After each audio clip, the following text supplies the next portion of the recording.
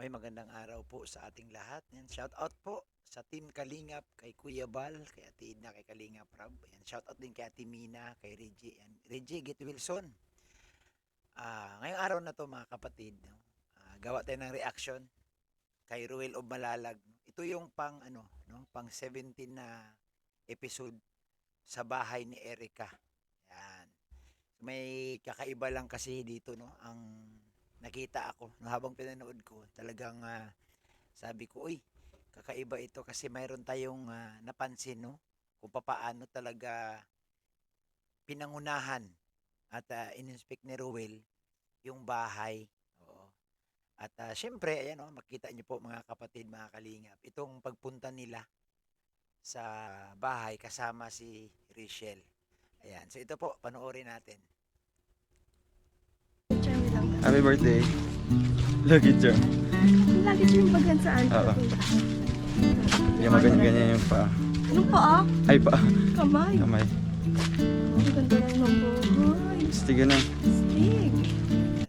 Kung mapansin ninyo, bakit tagilid si Ruel naglalakad? Siya na kasi may hawak ng camera. Siya din may hawak nung may dala silang ayuda. No?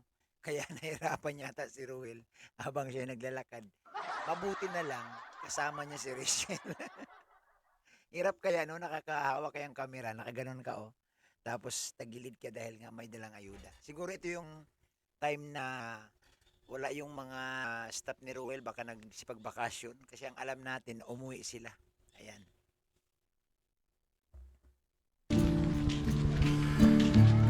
Ganda na yung bahay nyo ah. Ay, mali na. Oh, ayan. So ito yung napansin ko, no? Napansin ko sa bahay. Ito unang bumungad. Kita mo talaga, solid, no? Sementado. Ang ganda ng magagaling itong karpentero ni Ruel. Palakpakan natin.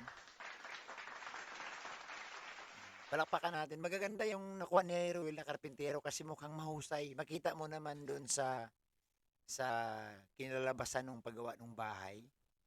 Mahusay. Oh, ayan oh. Kita mo 'yan.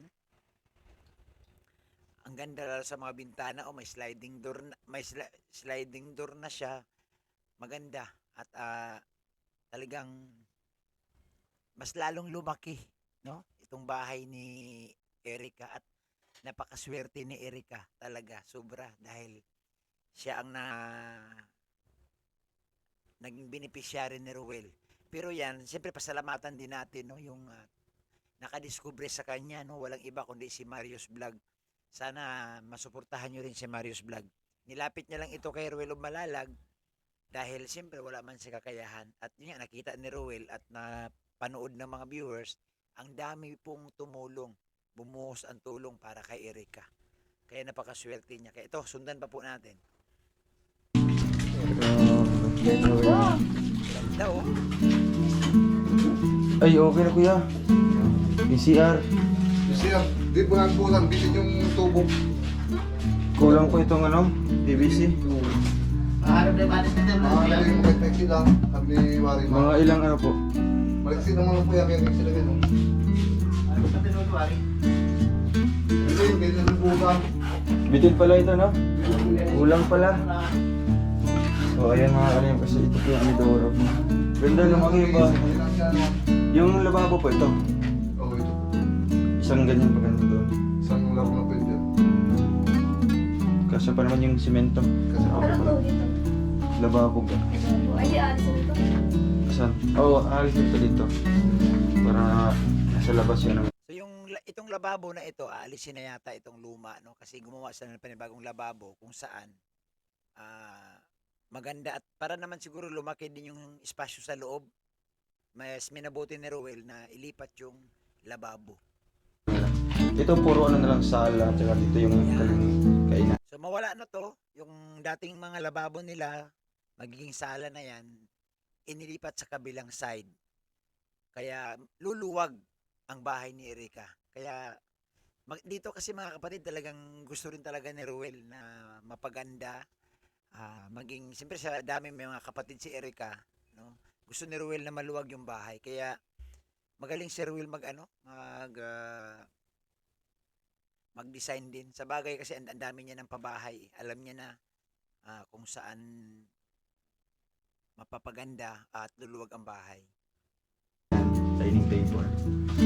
So, lang. Tito pakinggan niyo. Ano na? Lagi na niyo. Kakain na libre. Kakain na lang po dyan, kuya. Kakain na lang. Tapos mabili kami ng Taiwan.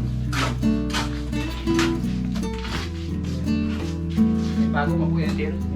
May bago pa pa. May matibay yan. So, ito, anong ilalagay dito, kuya? Ano daw po? Siya, bibildingin na wala dyan. Kaya mo na bahala kaya. Ah, siya na bahala. Ah, sige po. Bibilding mo daw yung ano. Ma-building na lang siya. Bahala lang, ano, ng- Yung steel matting.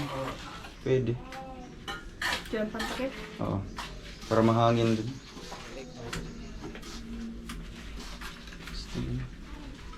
First time mo ga...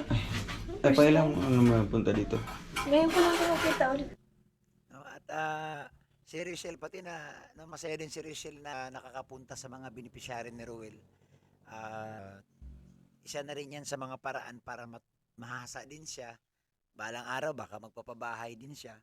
Dito pa lang, naisama-sama na siya ni Ruel. Di ba natuturuan, tinatanong niya kanina ni Rachel kung anong gagawin dito. Tinuturo din ni Ruel. Malaking malaking punto siya na nakakasama siya kay Ruel. Ay, oo. Kasi Ito siguro yung hindi ako extension. nagpasok nung nakaraan. Kaya nga, ginagawa lang ito. Di ba lumawak na, lumaki na yung bahay nila. Oo nga. May pa-extension na sa likod. Anong message mo kay ano po? Kay po? Sa mga sponsors tumutulong. Ay, syempre, salamat po sa mga nagpapadala po para kila Erica. Thank you po sa inyo kasi ayan, malapit na pong matapos yung bahay nila Erica. Thank you so much po at ito po ay malaking tulong din po para sa kanila. Para may maayos na silang bahay, Ano matulugan. yung turo niya? Ang ganda ng message ni Rachel, no, para sa mga viewer, para sa mga sponsor ni Erica, no. Nagpapasalamat siya kasi yung hindi man ito mabuo itong bahay na ito dahil medyo malaki ang gastos niyan dahil binago ni Ruel lahat ang bubong. Dati namang may structure yan kaso lang hindi baga finish, kumbaga hollow blocks lang tapos talagang ano lang naitayo lang siya, butas-butas ang bubong. So ang nangyari nito parang binago ang bubong, nagplaster sila, pininis nila, malaki talaga ang gastos. Thank you po. Ayan, salamat po sa lahat-lahat. No? Hindi na namin maisa-isa ang ating mga sponsors. Ang dami. Thank you po sa inyong lahat. Ayun yung Kura pati. si God break. Bless ka, mag-bless ka. Bless siya, bless lang. Bless. Ay, very good. Ah, di na. Very good. Wow. Mabait na siya. Nangako na siya, nangako. Pagbalik ko dito. Walang tindahan dito? chocolate. Gusto mo? Saan yung malapit na tindahan? Malayo? Pabili tayong chocolate? Ayaw, Bilhan ka ni Ate Rachel. ayaw mo ng chocolate? Sama sa Ate Kay. Sama sa Ate Kay. Tayo? Oo. Ha? Tara, tara, tara, tara, tara, tara. Tara, tara, tara, tara, tara, tara. Ayan oh, ganda. Talagang napagandaan din ako sa bahay. Kasi solid no. Simentado, bato lahat. Alam niyo naman siguro kung gaano kamahal ngayon magpagawa ng bahay. Kaya hanggang may ganitong pabahay. Ito yung sinasabi din ni Kuya Bal noon na pag nagpabahay na ngayon, hindi na yung kahoy. Kasi ang kahoy, ilang buwan lang, taon, mabubulok, no? Lalo na kung kukulamber. Kaya nga ito yung, naalala ko yung live ni Kuya Bal na ang sabi niya, dapat pag magpabahay ka ngayon, hindi na yung kahoy. Dapat simento. Ito na yun, no? Naumpisahan na ni Roel, no? Na yung pabahay niya, hindi na po mga materialis na pawid, kahoy, plywood, wala nang ganon. Simento na para pang matagalan talaga. Ayan. So, maraming salamat sa inyo. Ayan, sa hindi pa po nakapanood sa kabuang video, pwede nyo pong panoorin. At sundan ang channel ni Ruel at sa mga hindi na pa naka-subscribe. Ayan, nabubulol tayo. Ano ba yan? Ay, subscribe nyo po si Ruel, yan, si Rachel. Siyempre si Kuya Bal, no? Si Kuya Bal, si Ate Edna, si Kalinga Prab, i-subscribe nyo po. At huwag nyo pong kalimutan yung Abang Lingkod Bobby TV 143. Subscribe nyo rin. Maraming salamat. Isang mapagpalang araw sa inyong lahat. God bless.